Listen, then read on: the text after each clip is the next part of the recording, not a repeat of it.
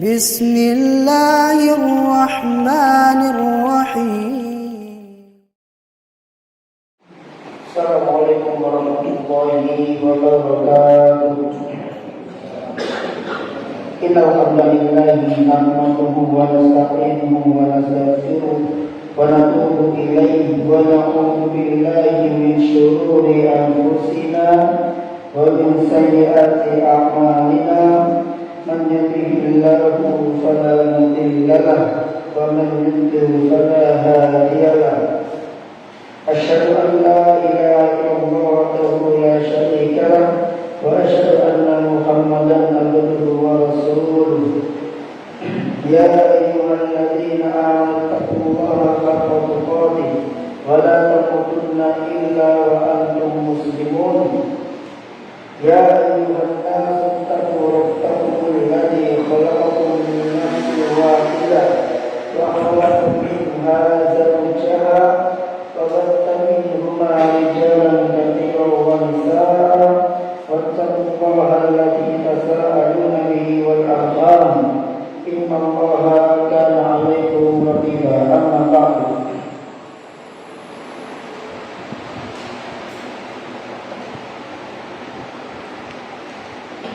Ma'asyiral muslimin rahimani wa rahimakumullah.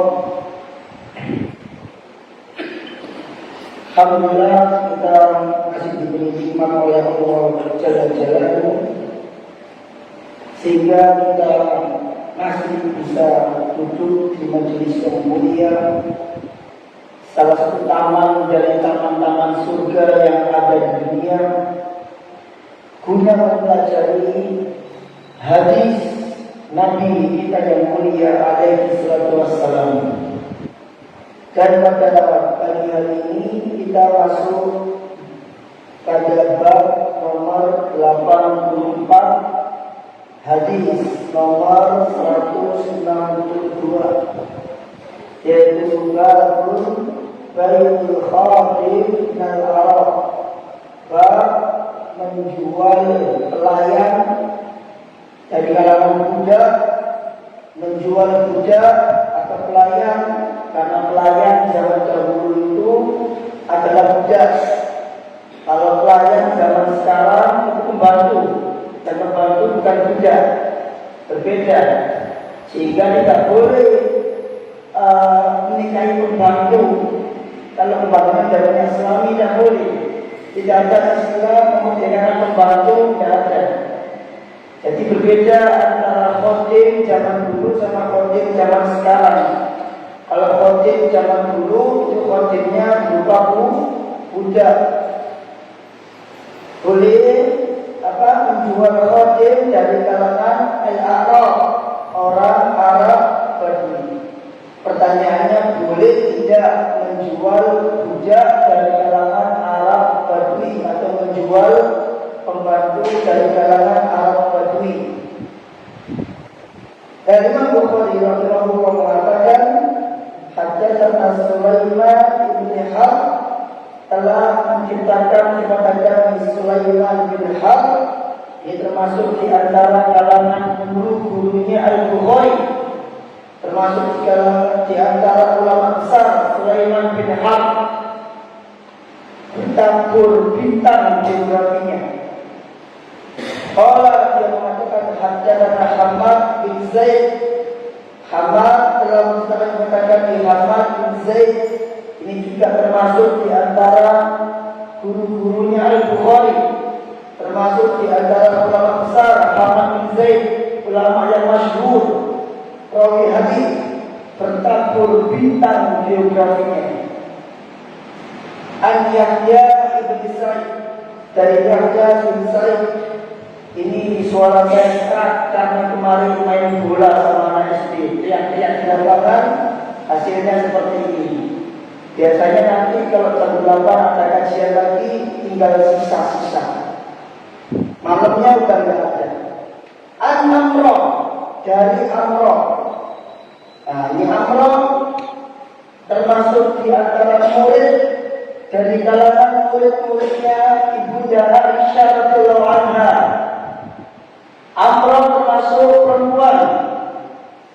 sudah jadi tanah di sini belum amroh? Belum. Jadi ada 3 orang muridnya Aisyah radhiyallahu anha. Aisyah itu punya banyak murid. Tapi dari semua murid yang ada, hanya 3 orang saja yang paling paham hadisnya Aisyah. Ada 3 orang yang paling paham hadisnya Aisyah. Yang pertama, Urwa bin Zubair, ponakannya Aisyah. Karena Urwa itu anak dari Zubair al-Awwam dengan Asma binti Abi Bakar. Karena Asma itu adalah saudari tirinya Aisyah.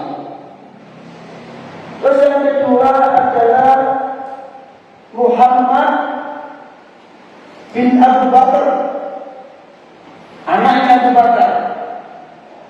Jadi saudaranya Aisyah. Dan yang ketiga adalah Amr. Jadi para tabi'in dulu, kalau mereka ingin mendapatkan hadisnya Aisyah, maka para tabi'in yang besar-besar dan senior-senior itu, mereka mengatakan alaikum bil Amr. Kami datang ke Amr.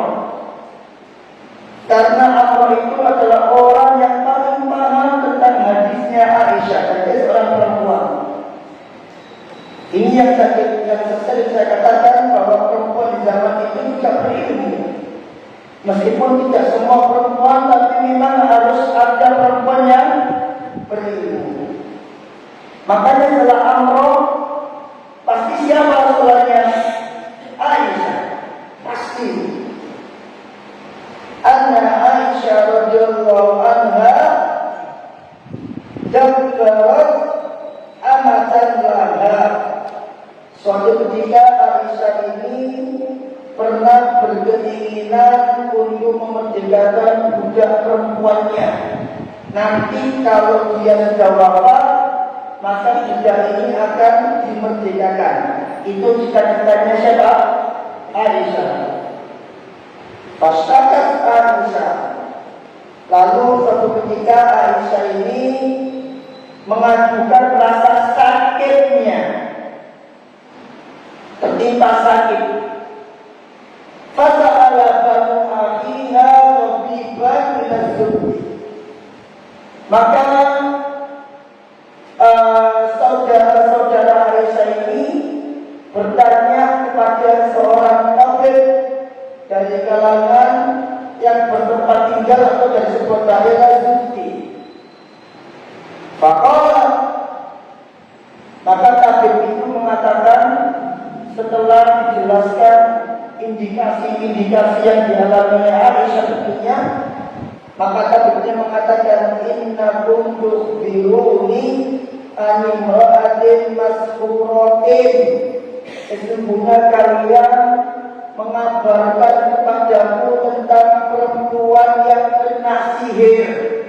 Jadi tabib ini menyimpulkan dari ciri-ciri yang disampaikan oleh saudara-saudaranya Aisyah tadi ini, menyimpulkan ternyata perempuan yang kamu ceritakan tadi itu ada indikasi kena sihir. Berarti Aisyah kena sihir. Siapa yang sihir? Kata dokternya, saharatha amatullah. Yang sihir itu budak perempuannya sendiri. Fa'ukhbirat Aisyah. Hal itu pun lantas diberitahukan kepada Aisyah. Lalu Aisyah mengatakan kepada budaknya,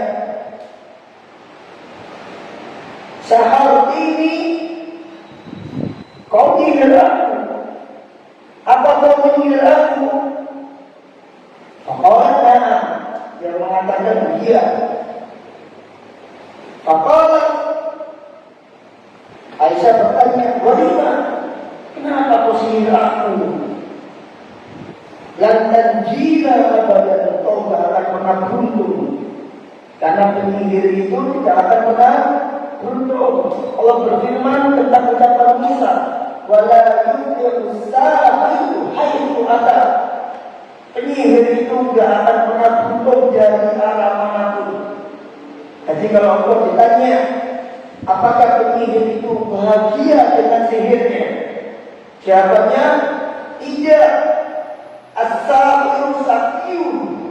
Penyihir itu syaki, celaka, tidak akan pernah bahagia. Sudah dinas oleh Allah Azza wa Jalla. Wala yuflihu sahir haitsu ata. Penyihir itu tidak akan pernah beruntung. Dukun itu tidak akan pernah beruntung. Haitsu ata, dari segi dari arah manapun tidak akan pernah beruntung. Dinas sama Allah. Sumaqala, Aisyah mengatakan, bi'uha min syarril arab malakatan.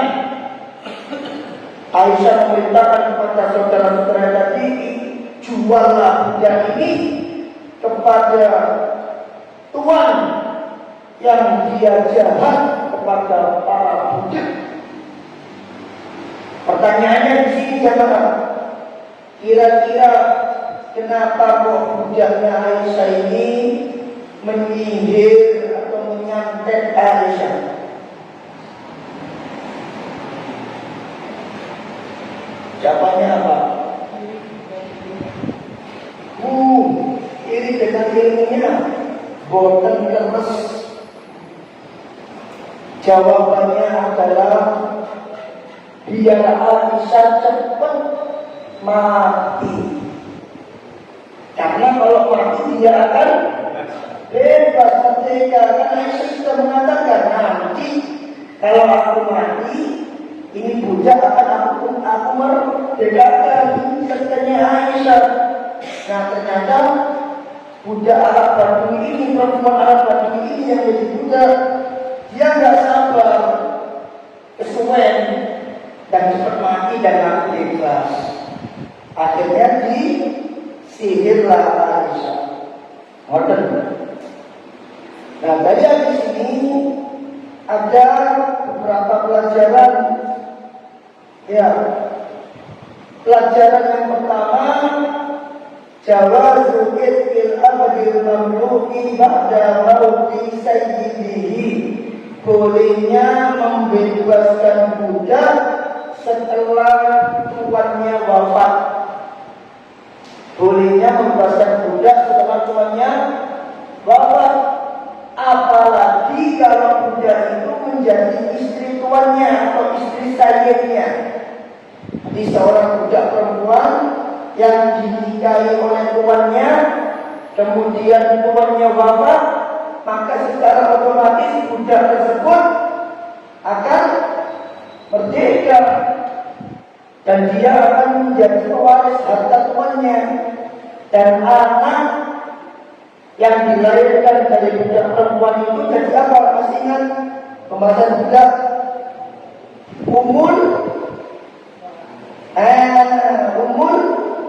Umul walad. Ya, umul walad itu adalah seorang wanita yang melahirkan anak yang berasal dari tuannya. Ketika wanita ini melahirkan anak tersebut, maka anak ini otomatis merdeka. Adapun ibunya masih belum merdeka, nunggu tuannya meninggal. Itu namanya umur walad. Makanya pada pertemuan yang lalu saya sudah menyampaikan, di antara bentuk solusi Islam menghilangkan perbudakan adalah dengan adanya syariat menikahi budak. Karena perbudakan itu tidak bisa dihapus 100%, karena sudah mendalam daging sejak di zaman dahulu sebelum Arab Jahiliyah sudah ada perbudakan sejak zaman Fir'aun malahan. Tapi Islam datang ingin menghapus perbudakan tersebut. Maka di antara solusinya adalah para sahabat itu mereka membebaskan budak, atau para sahabat melakukan pelanggaran-pelanggaran yang mana pelanggaran tersebut itu ditebus dengan cara membebaskan budak. Seperti apa? Pelanggaran atau dosa yang harus ditebus dengan cara membebaskan budak. Apa? Baru topik apa?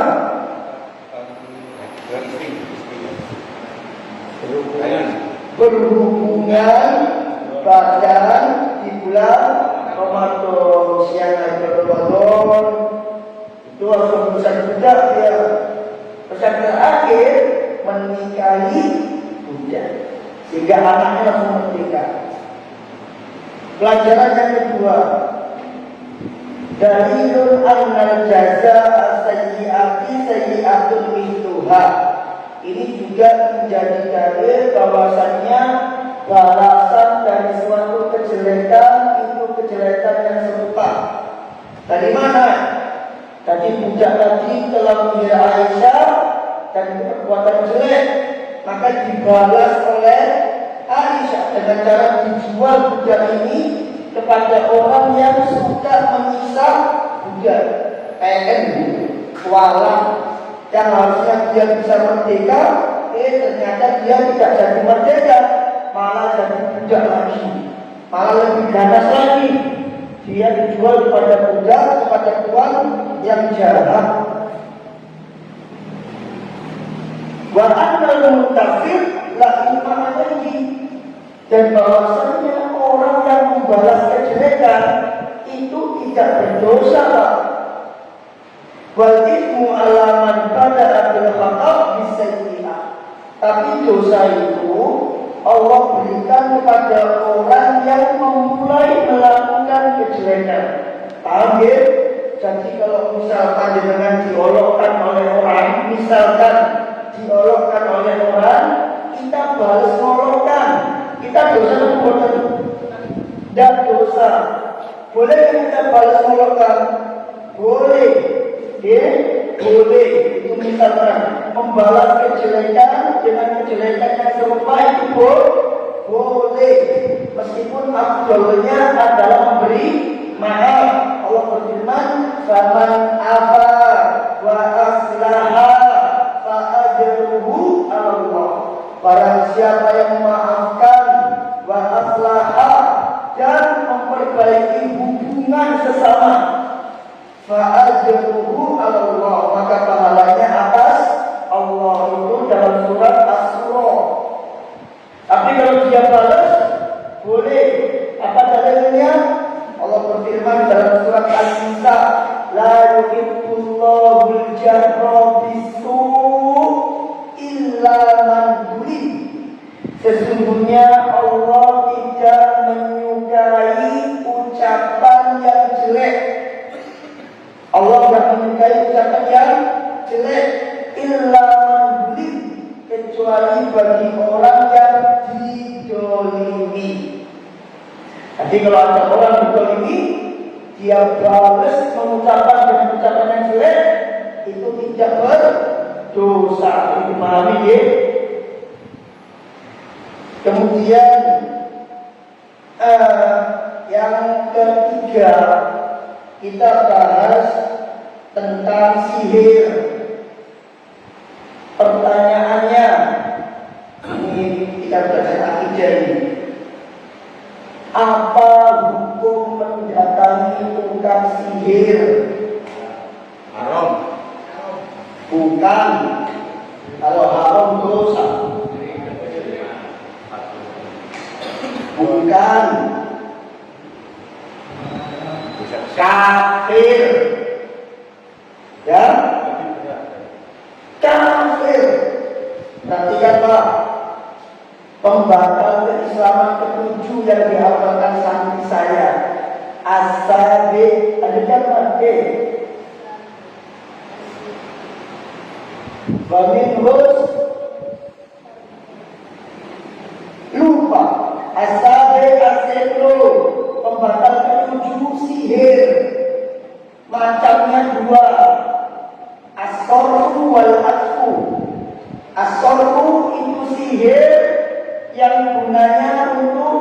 menjadikan seseorang suka sama orang lain. Menjadikan seseorang benci sama orang lain. Itu fungsi sihir. Allah berfirman, wa ma yu'allima ma yufarriquna bihi bainal mar'i wa zawji, kata Allah. Sihir itu gunanya untuk memisahkan suami istri. Ini sihir jenis as-sarfu. Jenis yang kedua adalah al-aqfu, yaitu sihir untuk menjadikan orang tersebut suka sama kita. Faman fa'ala bihi, siapa yang melakukan sihir, al-radiya bihi, atau dia ridho minta disihir, maksudnya bulan tolong bantu saya sihir si Allah, kafir, kata Syekh Muhammad bin Abdul Wahab, maka dia kafir. Itu hukum mendatangi sihir. Itu kan sihir, dan orang yang minta sihir, dua orang ini sama-sama kafir. Sama-sama kafir. Kemudian yang keempat, apa hukuman bagi para penyihir? Dipenggal, dibunuh. Dalilnya adalah hadus sahir, hak bagi penyihir itu adalah qatlan, dibunuh.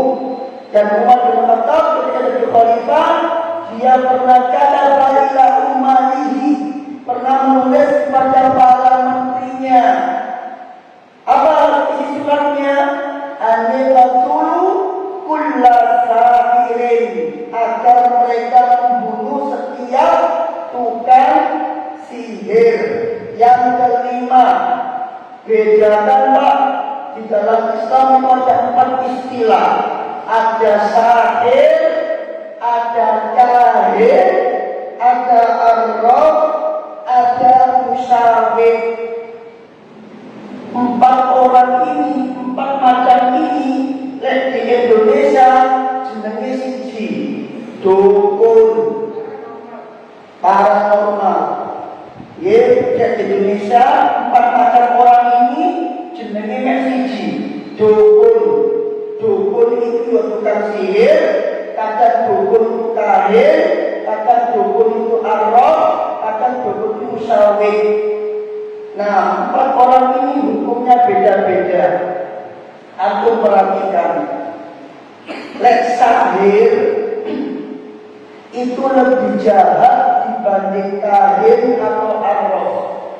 Orang Arab jahiliyah itu mereka suka datang ke kahin, suka datang ke arraf, tapi mereka nggak suka sama sahir, karena sahir itu jahat.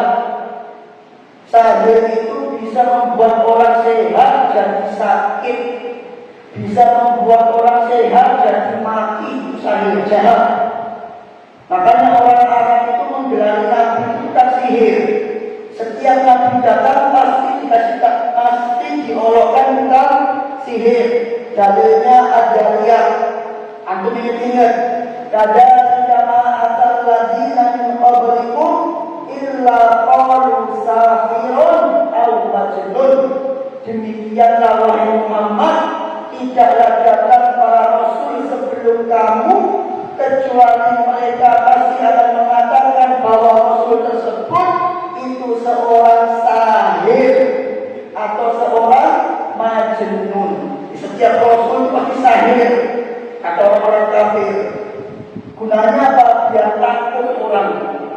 Jangankan jangankan tanya, dengar dia sahir aja orang dapat takut. Itu tujuannya. Nah, kalau sahir itu datang ke sahir itu sudah kafir. Minta sihir itu kafir. Yang kedua, kahin. Ini juga dukun sama, tapi kahin ini adalah orang yang mengaku bisa mengetahui kejadian di masa depan. Seperti peramal istilahnya. Ini namanya kahin. Yang ketiga, arwah.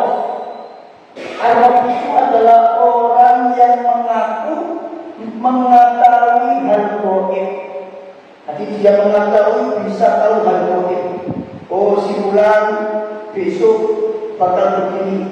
Oh si Bapak pulang besok kecelakaan, namanya arroh.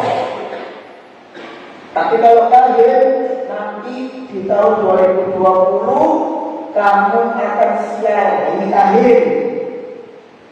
Kahir, kain sama arroh. Nah kain sama arroh ini Pak, itu rinciannya 3. Ini akidah ini. Dan pertama, kalau mendatangi kahir atau arroh cuma sekedar tanya, tapi gak percaya, takut kok. Apa namanya?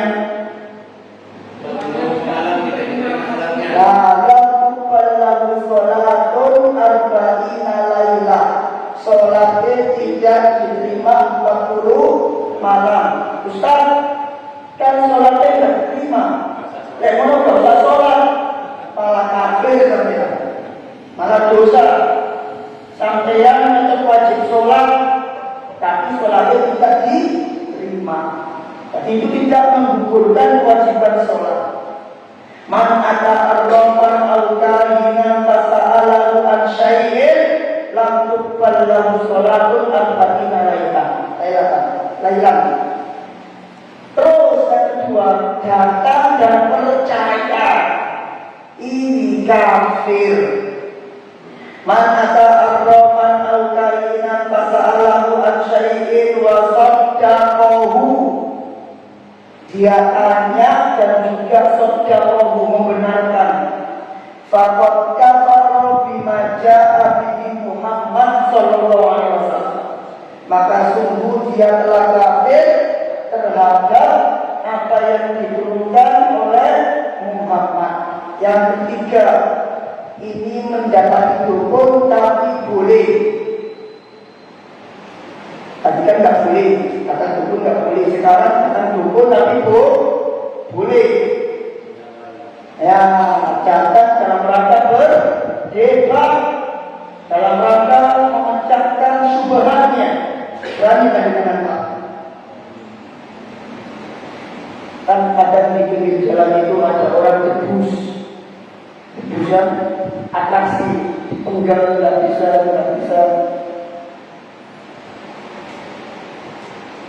Berani nggak kita kasih tahu dia kalau yang dia lakukan cuma trik, nggak sungguhan.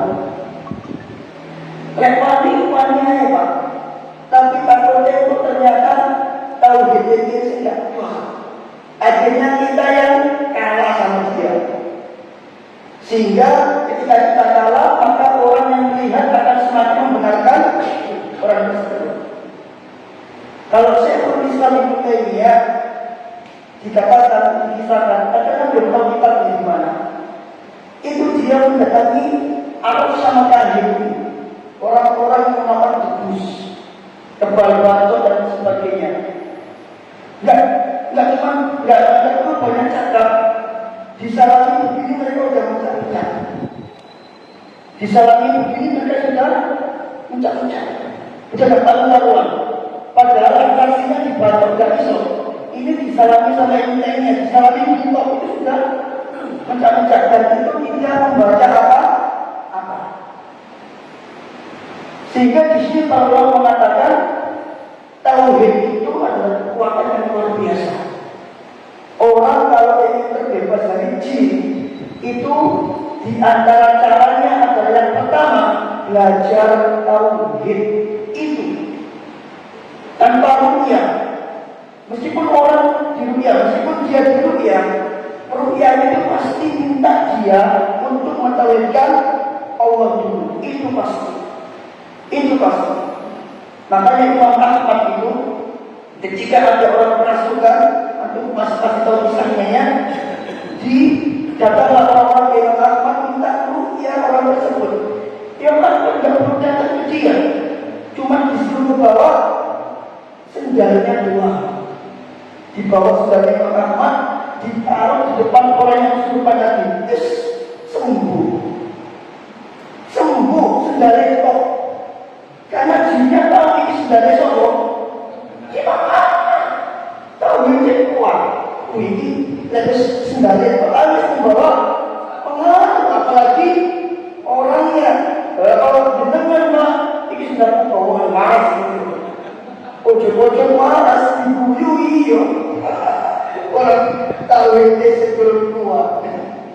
ya. Nah itu sakit. Dan terakhir musafir. Musafir itu orang yang ngaku sebagai dukun tapi dia bukan dukun.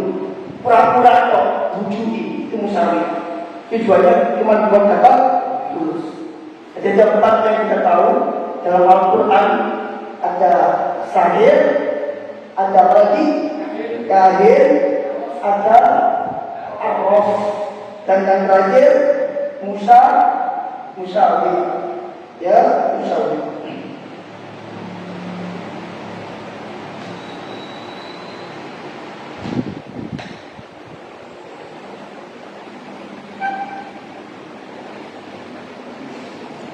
Hadis yang berikutnya adalah al-afu al-khadim, memberi maaf kepada budak kalau dia bersalah.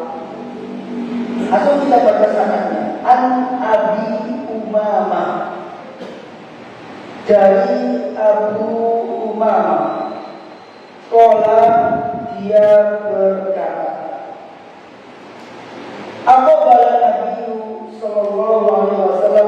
Abu Umamah ini termasuk di kalangan anak-anak kecil di zaman Nabi alaihi wasallam. Jadi yang masuk Islam di zaman Nabi itu tidak semuanya orang tua. Banyak juga di antara mereka anak-anak kecil yang masuk Islam. Dan anak-anak kecil ini tentu akan menjadi pemimpin di masa depan. Karena Nabi paham betul bagaimana estafet generasi ini harus ada. Maka kebanyakan hadis Nabi Alaihissalam itu kebanyakan diriwayatkan oleh anak-anak muda di kalangan para sahabat. Bahkan 10 orang yang dijamin oleh Allah masuk surga, ya Abu Bakar, Umar, Utsman, seterusnya, itu dari 10 orang ini separuhnya itu adalah anak-anak kecil yang masih muda-muda. Nah, Abu Umamah ini termasuk pemuda di zaman sahabat itu. Pak, dikatakan pemuda dalam bahasa Arab itu adalah umur di mana seseorang balik sampai 40 tahun. Jadi kalau ada orang umur 39 tahun itu mereka masuk ke dalam istilah pemuda. Kalau orang sudah masuk 40 tahun, ini namanya fase kuhula, fase tua. Ya, jadi ada fase ufula, anak kecil, ada fase fata, pemuda, dan ada fase uhula, yaitu usia lanjut, usia tua. Dan usia tua itu dimulai di umur 40 tahun. Makanya Allah berfirman, falamma balagha arba'ina sana, maka tatkala usianya telah mencapai 40 tahun. Maka 40 tahun ini adalah usia di mana seseorang menginjak fase tua, di mana para salaf mengatakan barang siapa yang memiliki suatu kebiasaan di usia 40 ini, maka dia tidak akan pernah lepas dari kebiasaan tersebut sampai dia wafat. Sebagian lagi mengatakan barang siapa yang sudah memasuki fase 40 ini, maka hendaklah dia menyedikitkan angan-angan dunianya. Saya umur 30 ini selalu mikir 40 tahun. Khawatir tidak bisa berubah diri ini. Karena itu sudah kebiasaan umur 30, 31, kan kita membawa kebiasaan ya.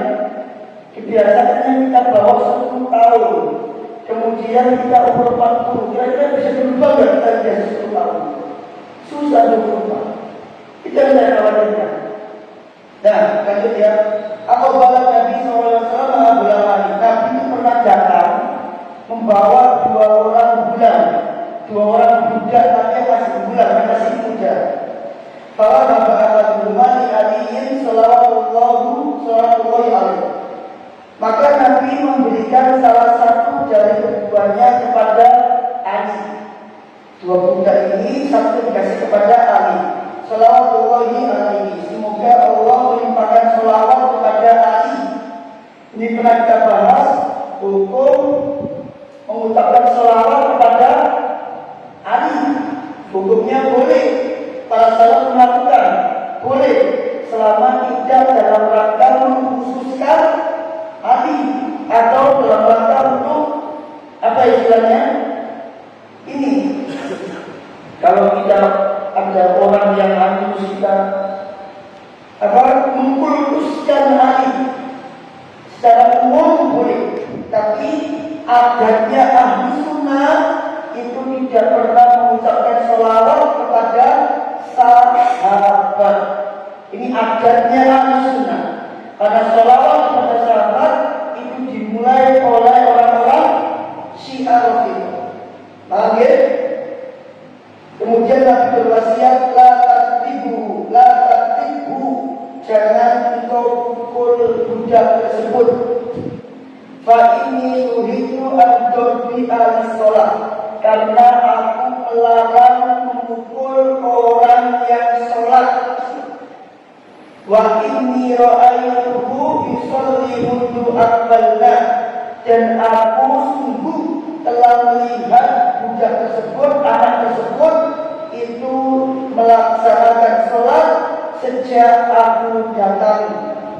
Wa atau abadan gulaman, dan budak satunya itu dikasihkan kepada Abu Dhar. Di satunya ke Ali, satunya ke Abu Dhar. Nabi ngasih wasiat ke Abu Dhar, istausi bihi ma'rufan, berbuat baiklah kamu kepada budak. Karena Nabi mengatakan kepada Abu Dhar agar Abu Dhar berbuat baik. Apa bentuk kebaikan Abu Dhar? Fa'atakohu, maka Abu Dhar memerdekakan budak tersebut. Luar biasa. Fa'ala, Nabi mengatakan, maka akan melakukan terhadap budak tersebut di suatu hari. Maka Abu Dhar mengatakan, amartani an astausi bihi khairan, engkau menyuruhku agar aku berwasiat atau memperlakukan budak tersebut dengan baik. Maka tidak ada cara berbuat baik kepada budak menurut Abu Dhar kecuali dengan cara memerdekakan budak tersebut. Maka Abu Dhar mengatakan,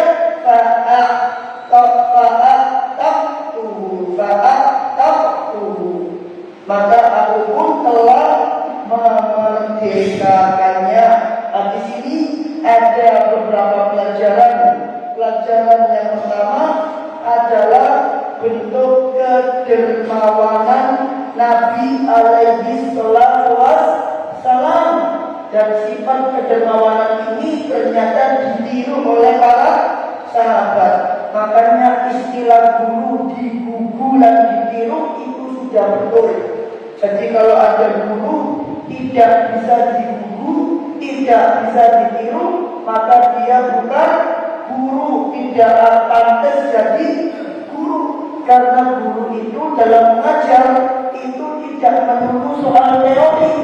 Nabi alaihissalam tidak teori kok, tapi Nabi juga mencontohkan prakteknya. Makanya hadis Nabi itu kalau panjenengan lihat itu kadang-kala sami itu aku dengar Nabi bicara, kadang-kala ro'aitu aku melihat Nabi. Nabi tidak pakai ngomong, melakukan dilihat sama sahabat. Oh ternyata begitu Nabi, itu sama mereka. Nah itu ya, itu bagian pertama, kedermawanan Nabi. Karena harga budak itu mahal sekarang. Bilal saja, Bilal ketika dimerdekakan oleh siapa? Abu Bakar As-Siddiq, itu Abu Bakar membayar sekian keping emas. Apa mata uang emas itu? Dinar atau dirham? Dinar ya? Dirham atau dinar? Saya kok katanya kembali saya. Dinar ya? Dinar, sekian dinar. Itu kalau dirupiahkan itu sekitar 50 jutaan. Memerdekakan Bilal itu terbahar di mahal budak itu waktu. Jadi orang kalau punya budak di zaman itu orang kaya. Pelajaran yang kedua adalah al-harsu ala rizqi bil khadim wa adamit tajajjur min fikrihi. Motivasi untuk bersikap lemah lembut kepada pelayan, khususnya budak, dan tidak boleh tajajjur, tidak boleh membentak, tidak boleh bersikap keras kepada mereka. Min fikrihi, dalam melakukan perbuatan, dalam memperlakukan mereka. Dan yang terakhir adalah ada mengaja ila dzurfit ta'dib lilladzi yata'addab ma'al maula, yaitu tidak ada kebutuhan untuk memukul budak, meskipun memukulnya itu dalam rangka mengajari budak. Gak ada kebutuhan. Kenapa? Karena budak ini diperkerjakan, sehingga kalau dia salah itu tidak boleh dipukul, meskipun pukulannya dalam rangka mendidik. Paham ya? Meskipun pukulannya dalam rangka mendidik, itu tidak boleh dilakukan kepada budak. Jadi budak kalau dia salah cukup diberi tahu. Berbeda dengan murid. Kalau murid itu kita boleh memukul dengan pukulan litakdi, pukulan yang mendidik, artinya pukulan yang tidak menyakiti dia, hanya sekedar jawil, atau pukul yang tidak membuat dia sakit, atau mungkin menjewel yang sampai membuat bunuh. Jadi dia nggak membuat dia sakit, istilahnya dia nggak kesakitan dengan pukulan tersebut, maka itu boleh. Kalau budak tidak boleh, karena Nabi mengatakan tadi, la tatribu, jangan kau pukul di diam. Itu pelajaran kita hari ini. Sebenarnya satu hadis lagi, cuma saya khawatir nanti kepanjangan, karena ini pelajaran tentang Anas bin Malik di hadis 164. Wallahu a'lam bishawab. Barangkali akan kita dengan yang memiliki pertakwaan pada tempatnya. Nah, Pak Anam, silakan.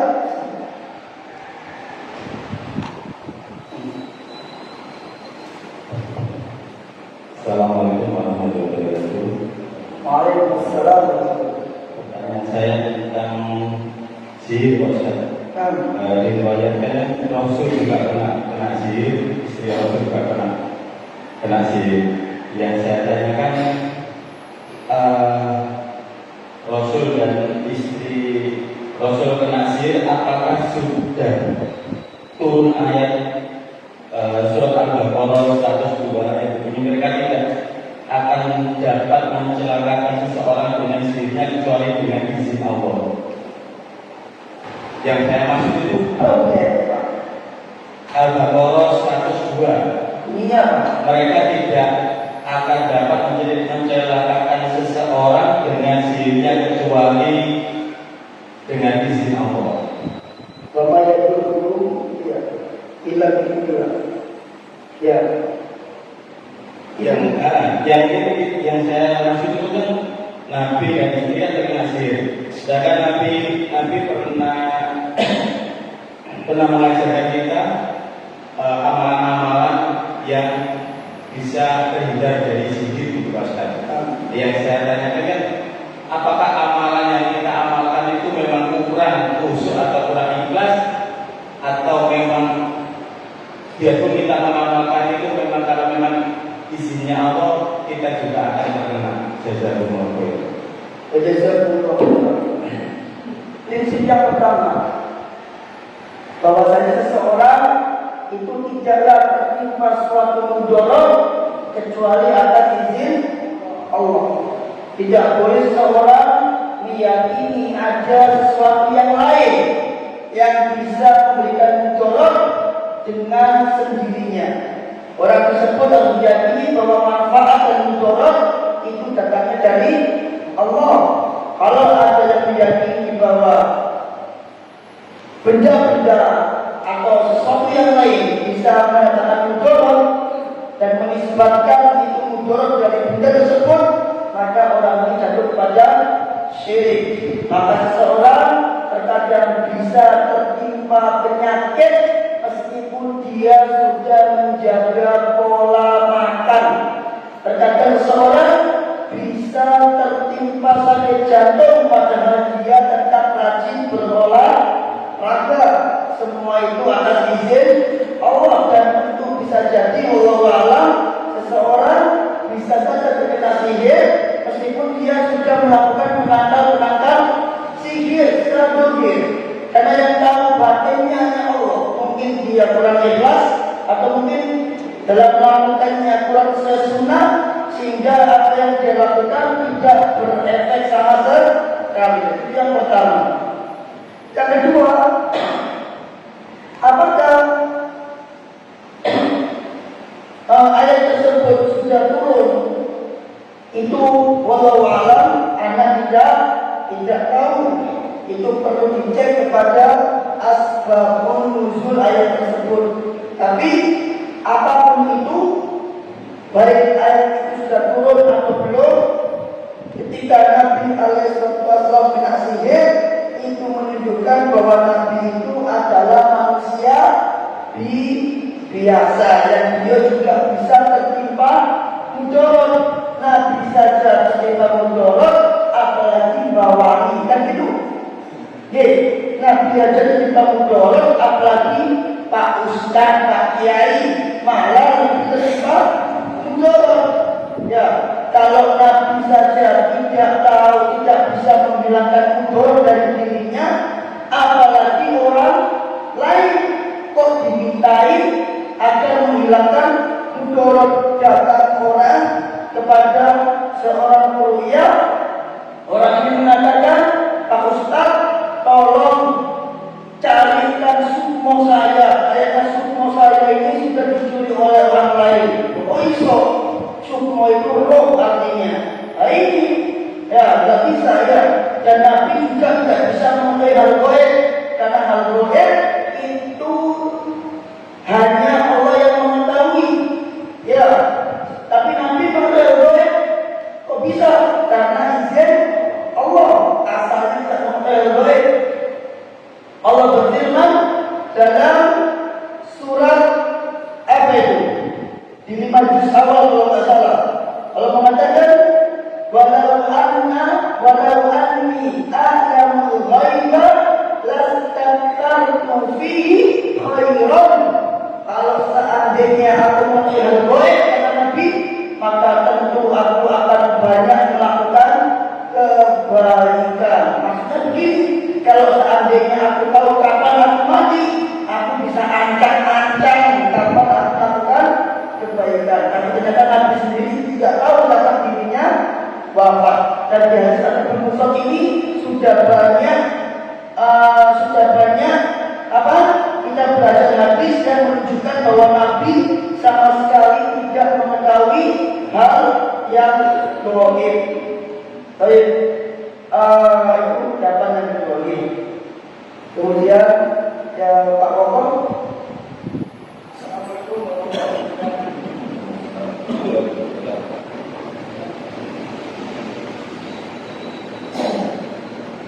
Assalamualaikum warahmatullahi wabarakatuh. Ustaz, tadi kan ditanyakan tentang masalah perbudakan. Dahulu ya zaman Nabi itu budak-budak, termasuk hal yang halal. Lalu sekarang hampir sama tapi bunyinya berbeda. Sekarang dikatakan ART. Nah, yang saya tanyakan, apa bedanya antara budak dan ART sekarang? Terus itu betasnya dari mana? Makanya budak bisa menjadi ART. ART dengan budak berbeda. ART itu orang merdeka. Pembantu itu orang yang merdeka. Pembantu orang merdeka. Kalau budak itu dipekerjakan dan tidak dibayar, ya itu budak. Dia dimerdekakan dan tidak dibayar. Tidak dibayar karena budak itu dibeli. Ya kadang-kala ada orang yang berperang, kemudian istrinya meninggal. Suaminya meninggal di peperangan. Maka istrinya tadi ini bisa menjadi kawanan menjadi budak. Atau anak-anak kecil yang dijajah piatu di zaman itu, maka diambil jadi budak, dipekerjakan, tapi dikasih makan, dikasih kerja juga dibayar karena miskin kan. Saya dibayar pun uangnya buat apa?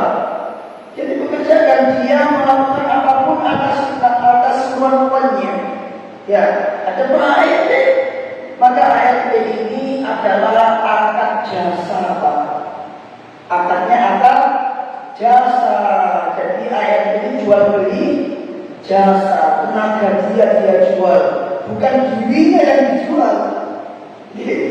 Kalau budak yang dijual adalah dirinya, tenaga dijual, dirinya juga dijual, sehingga orang yang punya budak dia berhak melakukan apapun kepada budak tersebut, apapun, termasuk menikahi budak tersebut. Itu kan menikahi tanpa akad. Gimana kalau ayatnya nggak pakai akad? Masih penjara nanti. Ya, itu bantu itu orang merdeka. Ya, hurratul, perempuan yang merdeka, hurra, orang yang merdeka. Oh, budak. Ya, budak beda. Kalau menikahi budak itu tanpa ada akad. Makanya nggak ada istilahnya Nabi SAW ketika menikahi Maria itu ada akad. Beliau langsung berhubungan dengan Maria dan lahir Ibrahim. Demikian juga dengan para sahabat yang lain. Seperti itu tanpa ada. Tapi kalau ada merdeka itu ada akad. Islam mau gini itu ada, bukan di zaman itu. Islam kan berusaha menghapus. Karena Islam ini berusaha menghapus dan tidak bisa menghapus 100%, maka Islam memberikan solusi jitu yang bisa mengurangi perbudakan lagi itu. Nah, kalau pembantu itu akadnya akad jasa, Pak. Dia tidak menjual diri dan dia jual jasanya dia. Jadi dia disewa untuk cuci tenaga dia, bukan dirinya yang disewa, tapi jasanya dia yang disewa. Akad jasa, kalau akad jasa maka penjualan harus membayar dia. Kalau budak itu bukan jasa, tapi budak memang dirinya dijual. Jadi kalau si tuannya ini butuh duit, dia bisa menjual budaknya, sak budak itu jual, sak orang-orang itu jual. Tapi kalau pembantu, jangan nggak bisa, jangan udah nggak butuh sampai nadol uang ngasih sepah. Kalau jangan nggak butuh, kan sudah dia selesai, yang kerja lagi, karena dia hanya menjual jasa. Itu dia. Sabun. Yang keempat, ingat-ingat ya Pak, tentang sihir. Itu pembatal Islam nomor 7. Berapa lagi? 7. Yang satu apa? Sihir. Pasti. Nomor 7. Macamnya sihir ada 2. Apa aja tadi?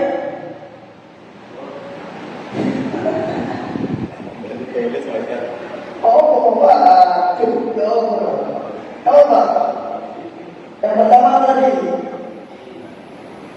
Asor itu. Yang kedua Al-Afu. Jadi jangan nanti lihat di kawan Islam ya. Penting ternyata. Saya kata sama teman-teman kemarin gimana? Tak tes sampean. Pengen berdoa, saya tadi Ahlussunnah mau bujuk dengan ini itu. Ini tentunya. Terus belajar. Saya juga belajar. Ya. Subhanallah wa bihamdika asyhadu an